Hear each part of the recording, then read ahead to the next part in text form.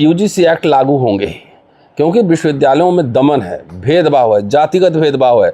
आप पूरा प्रोफेसर के आंकड़े उठा के देखिए, सेंट्रल यूनिवर्सिटीज में पूरा कोटा भी पूरा नहीं हुआ है, हर जगह हेरा फेरी है, रोस्टर के साथ छेड़छाड़ है। तो ये सारे सवाल तो डिस्कस होंगे ही ना, ये सारे सवाल उठेंगे और सारे सवाल डिस्कस होंगे। आज जयपुर में यूजीसी के खिलाफ कर्णली सेना एक बड़ा आंदोलन कर रही थी, जिसमें एक बड़ी भीड़ आई हुई थी, लेकिन अचानक परिस्थिति ऐसी बिगड़ी कि पुलिस ने लाठी चार्ज किया वहां पर, और लाठी बहुत भयंकर चार्ज हुआ सर। कर्णली सेना बीजेपी के विरोध में आ गई, क्या कहना सर इस पर? नहीं, इतना नहीं पीटना चाहिए था। वो पीटना, डेमोक्रेसी में तो सबको अपनी बात रखने का अधिकार है ना। वैसे कर्णली सेना को चाहिए था कि यूजीसी के जो प्रावधान हैं उसको पढ़ा जाए, उस पर विमर्श किया जाए, बातचीत किया जाए, और अपने घर में भी बच्चों को सिखाएं कि जातिगत भेदभाव ना करें। घर प्राथमिक पाठशाला है, पहली पाठशाला है, तो जात पात तो वहीं से लोग सिखाता है ना, किसके साथ उठना है, किसके साथ बैठना है, कौन ऊंचा जात है, कौन छोटा जात है, तो घर में माँ बाप ही सिखलाते हैं ना। तो घर में बैठ के सिखलाना चाहिए कि 21वीं सदी है, किसी की तरह भेदभाव नहीं करना है, सब बराबर है, सब समान नागरिक है। लेकिन जब आप उसको सिखाते हैं, जहर आप उसको पिलाते ही हैं जब, तो उगलेगा तो जहर ही उगलेगा ना। तो आईआईटी में, एम्स में, यूनिवर्सिटीज़ में जिस तरह के दमन है, बच्चे सुसाइड कर रहे हैं, सुसाइड कर लेते हैं। पायल तड़वी और रोहित बुमला का तो बड़ा केस है, लेकिन ऐसे बहुत सारे मामले हैं। ये प्रोफेसर सुखदेव थोराट साहब का तो पूरा बाकायदा एम्स पे केस स्टडी है कि किस किस तरह के जातिगत भेदभाव होते हैं। यहाँ यूनिवर्सिटी में नहीं होता है, टीचर के साथ भी होता है, कर्मचारी के साथ भी होता है, छात्रों के साथ भी होता है। तो बहुत सारे लोग बर्दाश्त करके रह जाते हैं, बहुत सारे लोग लड़ते हैं। जब लड़ते हैं तो उसकी कीमत चुकानी पड़ती है। तो इसमें तो एक विमर्श होना चाहिए था कि हम स्वस्थ समाज कैसे बनाएं। ये ना करके आप जा रहे हैं विरोध करने इस तरीके से। ठीक है, विरोध कीजिए, डेमोक्रेसी में सबको हक है विरोध करने का, आप विरोध कीजिए। और इनका तो इतिहास ही रहा है विरोध करने का ना भाई। जब मेडिकल कॉलेजेज में आरक्षण लागू हुआ उस समय विरोध किया। कोई भी प्रोग्रेसिव मेजर्स होगा उसमें ही विरोध करेंगे ही करेंगे। मंडल कमीशन का विरोध किसने किया? इन लोगों ने किया था। यूजीसी एक्ट का उसी तरह से विरोध कर रहे हैं। अर्जुन सिंह जब एकेडमिक इंस्टीट्यूशन में जब रिजर्वेशन लेके आए थे ओबीसी का, तब भी इन्होंने विरोधी किया था। लेकिन इनके विरोध करने से क्या फ़र्क पड़ता है, वो रिजर्वेशन तो लागू हुआ ही। तो जितना विरोध करने का आपका हक है आप करिए, आपको कोई नहीं रोक रहा है। लेकिन यूजीसी एक्ट लागू होंगे ही, क्योंकि विश्वविद्यालयों में दमन है, भेदभाव है, जातिगत भेदभाव है।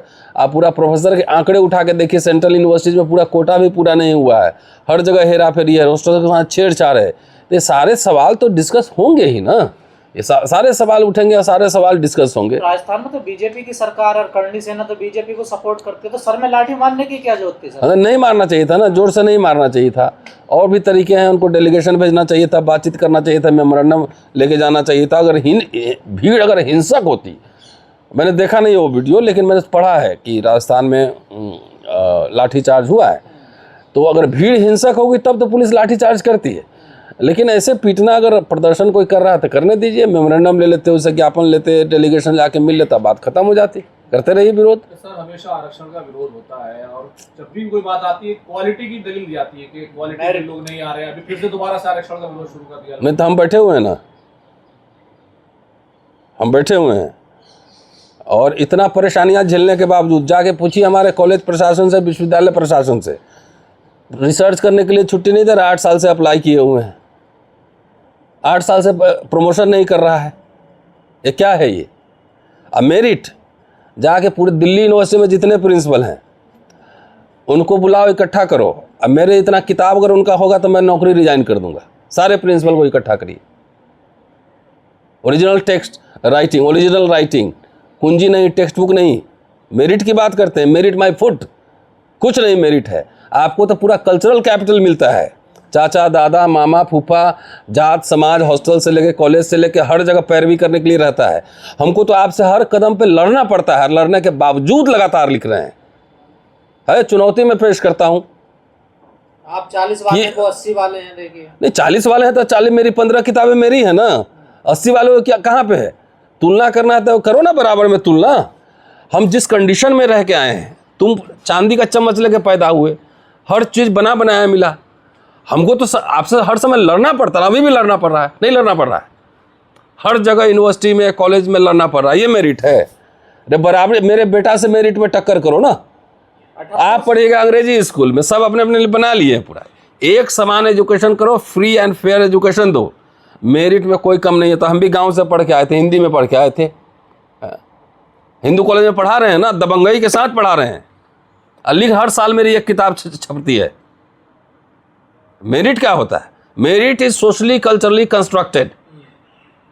समाज उसको बनाता है। इंटरव्यू में जाइए ना, गोवा का गलत स्पेलिंग आप बोलिएगा तब भी आपको रख लेगा। अच्छे चेकोस्लोवाकिया क्या हम सही स्पेलिंग बोलेंगे तो हमको हटा देगा। ये मेरिट होता है। सबका चेक करो पहले सर्टिफिकेट, जितने इतने अपॉइंटमेंट हुए हैं सबका चेक करो ना सर्टिफिकेट, कौन फर्जी है कौन है पता लग जाएगा। सबके पेपर चेक करो कहाँ छपा है, कहाँ से चोरी किया है। वो कहते हैं 78 साल तो हो गए और कितना लोग है इसका नहीं, वो 78 साल जब तक जातिगत भेदभाव है तब तक चलेगा। ये सरकारी नौकरी और एजुकेशन में आरक्षण का कोई टाइम लिमिट नहीं था। जो पॉलिटिकल रिजर्वेशन का टाइम लिमिट था तो उसको तो आप बढ़ाते जा रहे हो। क्यों बढ़ा रहे हो? बंद करवाओ ना, जाओ ना। जंतर मंतर पर जो आंदोलन होने जा रहा है उस पर क्या कहेंगे? किस चीज़ का आंदोलन? आरक्षण हटाओ। अरे होने दीजिए, उनको हटाने दीजिए, क्या दिक्कत है? डेमोक्रेसी में सबको अपनी बात कहने का हक है। ये तो आरएसएस का डिजाइन ही है ना। आरक्षण का सरकारी नौकरियां खत्म हो रही है यार, आरक्षण कहाँ लोगे? मैं तो बार बार ये कह रहा हूँ कि हिंदू विरोधी तो आरएसएस है, बीजेपी है। आज़ादी के बाद 40 साल में जितने स्कूल कॉलेज यूनिवर्सिटी बने, जितने पब्लिक सेक्टर यूनिट बने, सेल भेल गेल जितना भी बना, जितने यूनिवर्सिटी बने, उसमें सबसे ज़्यादा कौन पढ़ा? लेकिन सर अगर देखें नहीं नहीं, एक मिनट, इसको कंप्लीट करें। सबसे ज़्यादा कौन पढ़ा? ब्राह्मण ही पढ़े, सबसे ज़्यादा नौकरी कौन किया? सबसे ज़्यादा पेंशन कौन लिया?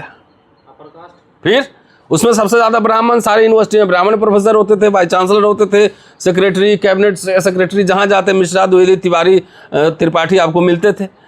तो नौकरी खत्म हो रही है ना। वो करनी सेना का भी नौकरी जाएगी, या पंडित जी का भी जाएगा। पंडित जी भी आजकल सुलभ इंटरनेशनल में काम कर रहे हैं, पर्ची काट रहे हैं, मजदूरी कर रहे हैं, ईंट ढो रहे हैं, रिक्शा चला रहे हैं। पहले गरीब का बच्चा भी, निर्धन ब्राह्मण का बच्चा भी सरकारी स्कूल कॉलेज यूनिवर्सिटी में पढ़ के आईएएस बन सकता था, प्रोफेसर बन सकता था। अब आरएसएस बीजेपी क्या कर रही? एक भी यूनिवर्सिटी खोला है पहले मुझे बताओ? 12 साल हो गया सरकार चलाते हुए। दिल्ली यूनिवर्सिटी में एक भी कॉलेज खुला है? एक सावरकर के नाम पे हुआ है, वहाँ भी कुछ भी नहीं हुआ है। ऐसी है, मंदिर तो खाली घोषणा है।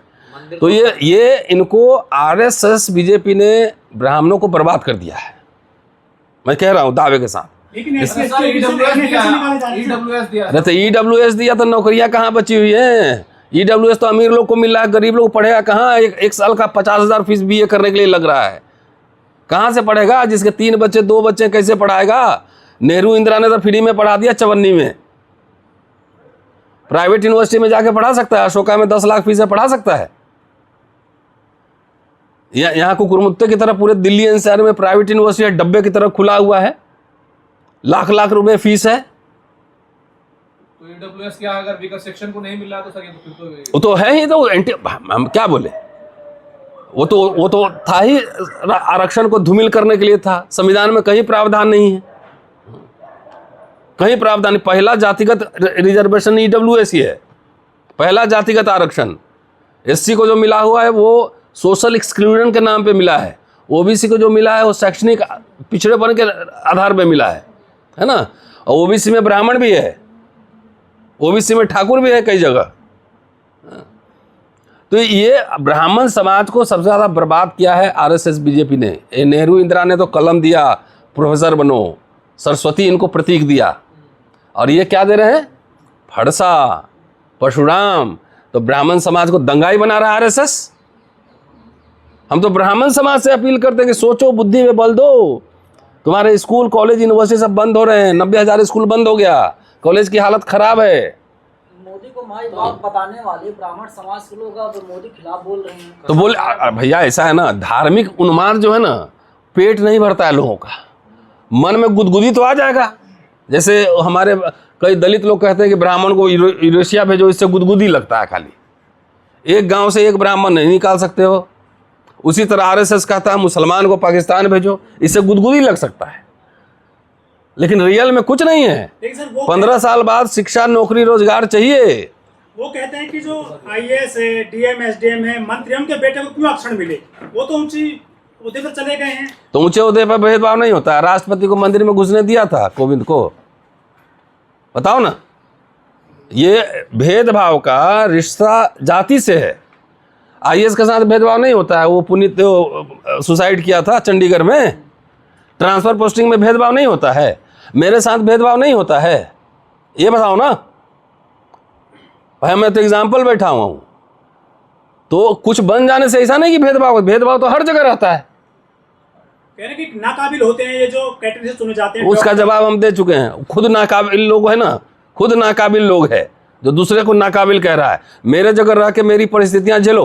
तुम्हारे साथ ही उतना दमन करते हैं, भेदभाव करते हैं, है ना, सताते हैं, उसके बाद पढ़ के दिखाओ मुझे तुम। NFS कर देते हैं SC ST OBC। तब सर एक बड़ी बात है कि लोग कहते हैं कि अगर कोई दलित है, पिछड़ा आदिवासी अगर अमीर है तो ब्राह्मण समाज के लोग बहुत जल्दी जो है उसको दामाद बना लेते हैं अपना, और तमाम ऐसे। देखिए, शादी ब्याह किसी का निजी मामला है, उसमें मैं क्या कह सकता हूँ? आप एडल्ट हैं। नहीं, मैं उस चक्कर में जिसको जहाँ शादी ब्याह करना है करो। मैं कौन होता हूँ पुलिसिंग करने वाला? कौन? आरक्षण या फिर जातिवाद? नहीं, वो नहीं कह रहा भाई। एलीट का तो अपना एक तबका होता है ना। अब किसी का निजी मामला है, शादी ब्याह जिसको जो दो एडल्ट जिसको मर्जी है, ये RSS का ही लाइन है, ये बजरंग दल का ही लाइन है कि इसी में शादी होना चाहिए। क्यों? जाति धर्म का बंधन टूटे बेहतर है। राष्ट्रगान की तरह वंदे मातरम को भी लाया गया है कि अगर कोई उल्लंघन करता है दोनों तो बराबर सजा होंगे है। सर। और इनके पास डिलीवर करने के लिए कुछ भी नहीं है, इसीलिए खाली प्रतीकों की राजनीति करते हैं। हम सवाल उलट के पूछना चाह रहे हैं, दिल्ली विश्वविद्यालय में 12 साल में कितने कॉलेज खोले? बताओ। तुमने कितने 2 करोड़ रोजगार का वादा किया था ना, कितने रोजगार दिए बताओ? अटल बिहारी वाजपेयी ने पेंशन खत्म कर दिया, न्यू पेंशन लाया, तुम ओल्ड पेंशन क्यों नहीं रिस्टोर किए? हम ये सवाल पूछना चाहते हैं। आप प्रतीक, राष्ट्रगान, राष्ट्रगीत, इसमें लोगों को फंसाए हुए हैं। हर समय पाकिस्तान दिखा देते हैं। आपके पूरे दुनिया भर से आपके रिश्ते खराब हो गए। दुनिया भर से, लंका से भी आपके रिश्ते ठीक नहीं है, बांग्लादेश से ठीक नहीं, नेपाल, उससे भी आपके रिश्ते ठीक नहीं है। क्यों? रियल मुद्दे पे आओ। महंगाई है, भ्रष्टाचार है, चोरी है, चंदा चोरी है, राम के नाम पे चोरी कर ली है, सब देखा दुनिया। इस पे बहस करो ना। तो ये नई बहस छेड़ी के पीछे की मंशा क्या है? मनसा के भटकाना, अरे यार सिंपल परेशान करना या फिर परेशान करना, भटकाना। रियल मुद्दों से राम मंदिर पे बात मत करो। अब चलो वंदे मातरम पे करते हैं। अरे सर, मुस्लिम समाज कहने लगा हमें जबरदस्ती मत करो हमारे साथ, हमारे खिलाफ है, ये है वो। अरे चलिए, अब जो होगा देखा जाएगा, लेकिन ये सब कोई रियल इशू से भटकाना है। ठीक है, थैंक यू सर। एक सेकंड, 2 सवाल जाना चाहूँगा। सर, आपकी पार्टी लगातार कह रही है कि राहुल गांधी लगातार आवाज उठा रहे हैं कि अमित शाह को इस्तीफा देना होगा और संसद भी नहीं चल पा रहा है। तो आपको क्या लग रहा है, अमित शाह का इस्तीफा हो पाएगा? क्योंकि शिक्षा मंत्री का तो इस्तीफा हो गया है, तो अमित शाह के खिलाफ भी कैंपेन देश भर में सर चल रहा है। नहीं चलना चाहिए, इस्तीफा देना चाहिए। क्योंकि जिस तरह से क्रिमिनलिटी हुई है जंतर मंतर पर, वो किसके आदेश पे हुई है? किसके पास पुलिस है? पैलेट गन चले हैं, लड़कियों के साथ अभद्रता हुई है, माँ कपड़े फाड़े गए हैं, मारपीट किए गए हैं। किसी सिविलाइज सोसाइटी में होता है ऐसा? है? सबको अपनी बात रखने का हक है। शांतिपूर्ण प्रदर्शन था ना, शांतिपूर्ण प्रदर्शन था, तो इस्तीफा तो देना ही चाहिए। पहले तो मोरल ग्राउंड पे लोग इस्तीफा दे देते थे। रेल एक्सीडेंट एक होता था, इस्तीफा दे देते थे। लेकिन ये तो इतना बेशरम और निर्लज्ज सरकार है कि इतना प्रोटेस्ट करने के बाद धर्मेंद्र प्रधान का इस्तीफा हुआ है ना। तो ये सवाल है, एकदम इस्तीफा देना चाहिए। सर, नितिन गडकरी के इस्तीफे की भी मांग की जा रही है और जो लोग अमित शाह और नितिन गडकरी के खिलाफ आवाज उठा रहे हैं उनका इंस्टाग्राम और फेसबुक पेज बंद किया जा रहा है। यही कायर सरकार की निशानी है। मैंने पिछला अभी जो प्रेस कॉन्फ्रेंस मैंने क्या कहा था कि RSS यहाँ मनुस्मृति लागू करना चाहती है, इसलिए कोई भी डेमोक्रेटिक वॉइस से डरती है। E20 है देश में सबसे बड़ा फ्रॉड है, ठीक है, और इससे कि बातचीत से घबराती है। कोई भी लोकशाही में क्या होता है, शास्त्रार्थ होता है ना, बातचीत होता है। यह सबका फेसबुक बंद कर देंगे, FIR कर देंगे, गिरफ्तार कर लेंगे, तो ये बेसिकली संविधान विरोधी है। संविधान को मानती नहीं है, लोकशाही को मानती नहीं है, प्रजातंत्र को मानती नहीं है। मनुस्मृति के हिसाब से राजतंत्र चलाना चाहती है, इसलिए डिसेंटिंग वॉइस जितने हैं उसको सबको सप्रेस करती है। सर, अमित शाह के इस्तीफे की जो मांग हो रही है, क्या आपको लग रहा है संसद का सत्र चल रहा है इसीलिए ये मुद्दा गरमाया जा रहा है, या फिर आपको लग रहा है? जाहिर है, संसद सबसे बड़ी पंचायत है, तो वहां तो उठेगा ही ना सवाल। और कहाँ उठेगा? सड़क पे भी उठेगा, संसद में भी उठेगा। तो उनको दे देना चाहिए इस्तीफा।